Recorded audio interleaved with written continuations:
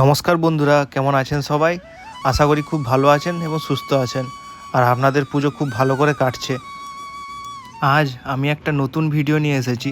সেটা হলো বিষ্ণুপুরের যে হাউসিং আছে নবরূপা ক্লাব, তার দুর্গাটা প্রতিমার কেমন হয়েছে তারই একটা ভিডিও।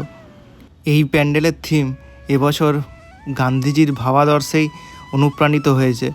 যে দেশীয় জিনিস, দেশীয় জামা কাপড় গ্রহণ করতে বলেছিলেন গান্ধীজি, তার জন্য যে সেলাই কল, চরকা কাটা, সেগুলোই এই প্যান্ডেলের মেন থিম এবারের।